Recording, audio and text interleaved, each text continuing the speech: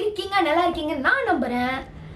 நற்பணி பேச்சாளர் மன்றத்தின் 14வது ஆண்டு விழாவை முன்னிட்டு நான் இந்த காணொலியை அவர்களுக்கு சமர்ப்பிக்கிறேன். சரி, பேச்சு மனிதர்களுக்கு ரொம்ப முக்கியமா? இதை பத்தி நாம அப்புறம் பார்ப்போம். வாங்க, இன்னைக்கு தேசிய தினம், சிங்கப்பூருடைய தேசிய தினம். சிங்கப்பூர் சுதந்திரம் பெற்று 55 வருடங்கள் ஆகிவிட்டன. இத்தனை வருஷம் ஓடி போச்சுல. சரி, அதனால தேசிய தினத்தை முன்னிட்டு தேசிய பாடல் ஷபீர் அண்ணா இசையமைத்த தேசிய பாடலை பாட போறோம். அதுக்கப்புறம் நாம் ஒரு லோக்கல் டிஷ் லக்ஸா பண்ண போறோம். எக்ஸைட்டட்? வாங்க பார்ப்போம் இதோட இன்கிரீடியன்ஸ் என்னன்னு. ஓகே, ஸோ இங்கே இருக்கிற அனைத்து சமையல் பொருட்களும் நம்மளோட ஈரச்சந்தையில் கிடைக்கும். அதனால் இது ஒயிட் மீ நூடுல்ஸ். அதுக்கப்புறம் ஒயிட் மீ மேகி மீ கூட யூஸ் பண்ணலாம், இல்லைன்னா அதர் மீ கூட யூஸ் பண்ணலாம், எல்லோ மீன். இதை தவு நான் வெட்டி வச்சுருக்கேன். இது சோயா ஸ்ட்ரிப்ஸ். ஓகே, இது மாக். ஓகே, ஸோ இதெல்லாம் ஈரச்சந்தையில் கிடைக்கும். இதெல்லாம் இங்கே இருக்கிற சமையல் பொருட்கள் அனைத்தையும் நம்ம அரைக்க போகிறோம். சின்ன வெங்காயம், இது இஞ்சி, இது பூண்டு, 3 பூண்டு வச்சுருக்கேன். அடுத்தது இது மஞ்சள் பொடி 1 ஸ்பூன், பீனட் பவுடர் 1 ஸ்பூன், அதுக்கப்புறம் மிளகாய். நீங்கள் இன்னொரு மிளகாய் கூட யூஸ் பண்ணலாம் காரத்துக்கு. சரி, அடுத்தது இது காய்கறிகள் அனைத்தும் மஷ்ரூமை தவிர. இது பீன்ஸ் ஸ்ப்ரவுட்ஸ், இது பீன்ஸ், இது கேரட்ஸ், இது லெமன் கிராஸ். லெமன் கிராஸ் தான் நம்மளுடைய லக்ஸாக்கு அதோட ஃப்ளேவரை கொடுக்க போகுது, அதோட ஃப்ளேவர். ஸோ அதனால் லெமன் கிராஸ் ரொம்ப ரொம்ப முக்கியமான ஒரு சமையல் பொருள். அதனால் இதை விட்டுறாது. சரி, இது மஷ்ரூம். ஓகே, இது அரைக்க போகிறோம். இது எல்லாத்தையும் அரைக்க போகிறோம்.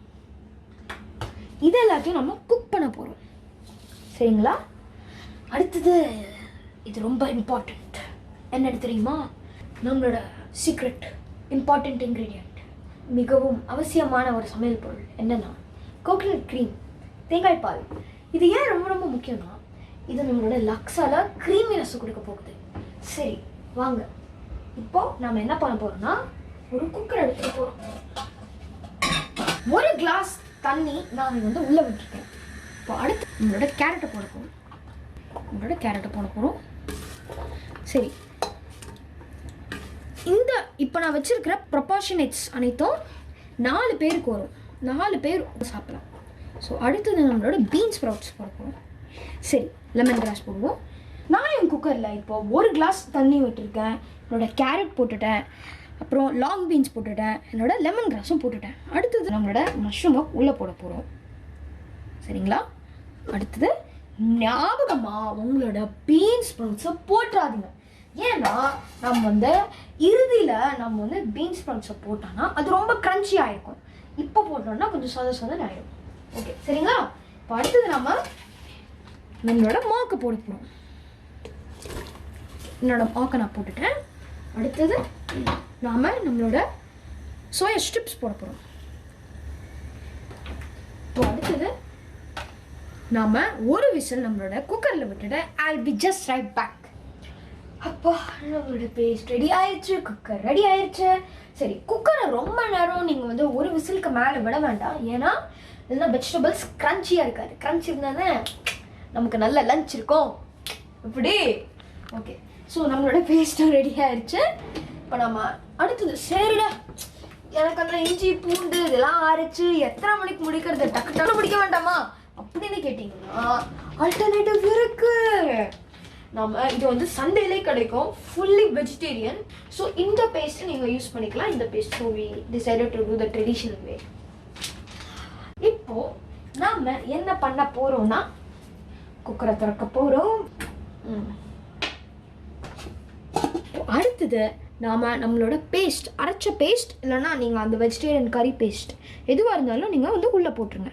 ஸோ அடுத்தது நம்மளோட நூல் கேர்ஃபுல்லாக போடுங்க, வெளில சிந்த வேண்டாம். அப்பா, போட்டாச்சு. Okay, super.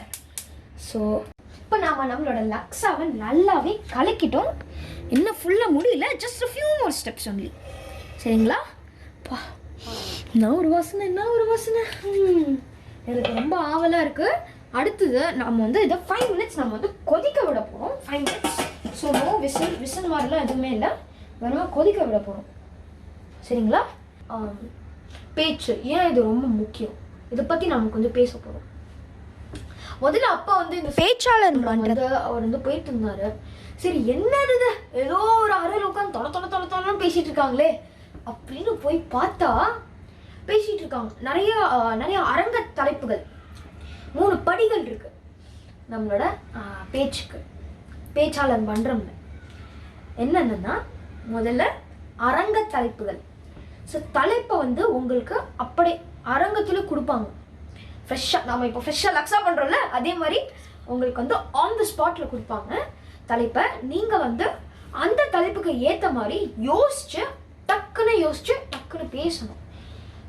ஓகே. அடுத்தது 2வது தயாரிக்கப்பட்ட பேச்சு.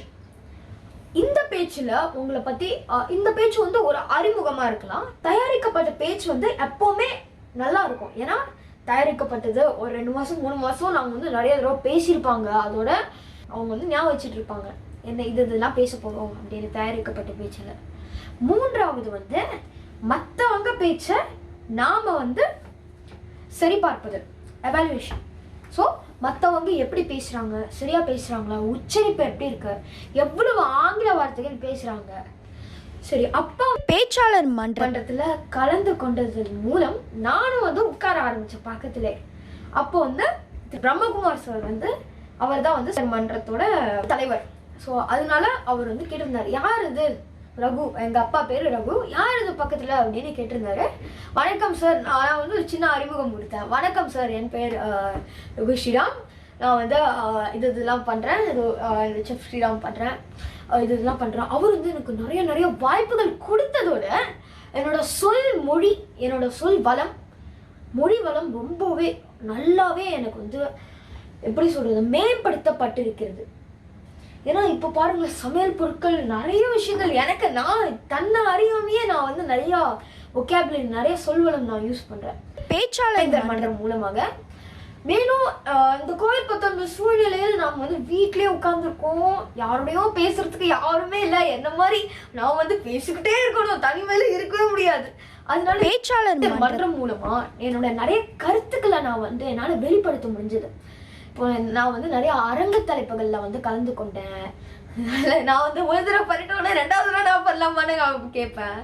ரொம்ப நல்ல ஒரு பேச்சாளர் மன்றம், அதனால நிச்சயமா நீங்களும் கலந்து கொள்ளலாம். நற்பணி பேச்சாளர் மன்றத்தில் நிறைய மொழி நம்ம வந்து கற்றுக்கொள்ளலாம். ஸோ ஓகே என்னடா இந்த பையன் ஒரு பக்கமா ஏதோ வச்சிருக்கோம் இந்த பாத்திரத்தில். அப்போ சின்ன பாக்கெட்ல தேங்காய் பால். ஆமாம், நான் 3 கப் விட்டு தண்ணியோட டைலூட் பண்ணியிருக்கேன் தேங்காய் பாலை. சரி, ஐயோ அப்படி போட மறந்துட்டேன் நான் தேங்காய் பாலை அப்படின்னு நீங்கள் நினைக்கலாம். என்னோட செஃப் ஸ்ரீராம் ஃபேஸ்புக் பேஜில் நீங்கள் தேங்காய் பால் நான் வந்து பயன்படுத்தின டிஷ்ஷஸில் பார்த்தீங்கன்னா தேங்காய் பால் எப்போவுமே நம்ம கடைசியாக தான் போடுவோம். ஏன்னா தேங்காய் பாலை ரொம்ப நேரம் கொதிக்க விட்டோம்னா அது வந்து நல்லா இருக்காது. நல்லா ஸ்டீம் வருது ஒன்றும் இல்லை. இப்போ சரி, இப்போ நம்மளோட குக்கரை திறப்போமே. வாவ், என்ன ஒரு வாசனை. சரி, இப்போ நாம நம்மளோட கிரன்ச்சி பீன்ஸ் ப்ராட்ஸை போட்டுருவோம். அடுத்தது நம்மளோட தோஃபு. அடுத்தது லாஸ்டா நம்மளோட தேங்காய் பாலை முழுமையா உள்ள போட்டுருவோம். ஏன்னா எதுக்கு இவ்வளோ தேங்காய் பால்னா, ஏன் லக்ஸா வந்து எப்போவுமே ஒரு சூப் பேஸ்ட் மாதிரியான ஒரு டிஷ்ஷு. ஸோ சூப்பும் இருக்கும், ஆனால் கொஞ்சம் பேஸ்ட்டும் இருக்கும். இப்போது இன்னும் ரெடியாகல ஃபுல்லாக, பட் ஒரு 5 minutes செட்டில் பண்ண விட போகிறோம். ஏன்னா நம்மளோட தேங்காய் பால் பீன்ஸ் ப்ரோட்ஸ்லாம் போட்டுக்கோல, ஸோ அது கொஞ்சம் வேகணும்ல. ஸோ கொஞ்சம் 5 minutesக்கு அப்புறம் I be just right back. நம்ம குக்கர் ரெடி ஆயிடுச்சு. ஒரு 5 minutes விடுவோம் அது கொஞ்சம் செட்டில் ஆகிறதுக்கு. அந்த டைமில் ஒரு தேசிய பாடல் பாடணும். இந்த பாட்டு வந்து ஷபிரண்ணா வந்து இசையமைத்தாரு. பாடுறேன். பூமி உன்னை அழைக்குது வா வா, நம் நாடு குரல் எழுப்புது பல இனங்கள் சேர ஒருமை கொண்டாட எந்தன் வீடு எந்தன் தாய் நாடு என்று சொல்லு. பல இனங்கள் சேர ஒருமை கொண்டாட என் வீடு எந்தன் தாய் நாடு என்று சொல்லு. சிங்கை நாடு எந்தன் வீடு, சிங்கை நாடு எந்தன் வீடு. சிங்கை நாடு எந்தன் வீடு, சிங்கை நாடு எந்தன் வீடு. வானத்தை எட்டி பிடித்து சாதனை செய்யவா, உலகம் திறக்குமே வழிகள் பிறக்குமே வா வா. தேசம் அழைக்கிறது வாகை சூடவா, நம் கொடி பறக்குது இன்பம் பிறக்குது வா வா. பல இனங்கள் சேர ஒருமை கொண்டாட நம் வீடு எந்தன் தாய் நாடு என்று சொல்லு. பல இனங்கள் சேர ஒருமை கொண்டாட என் வீடு எந்தன் தாய் நாடு என்று சொல்லு. சிங்கை நாடு எந்தன் வீடு, சிங்கை நாடு எந்தன் வீடு. நம்மளோட லக்ஸா ரெடி. அப்பா எனக்கு போய் சாப்பிடணும். ஓகே, இப்போ நான் ஒரு வாய் எடுத்து சாப்பிட போகிறேன்.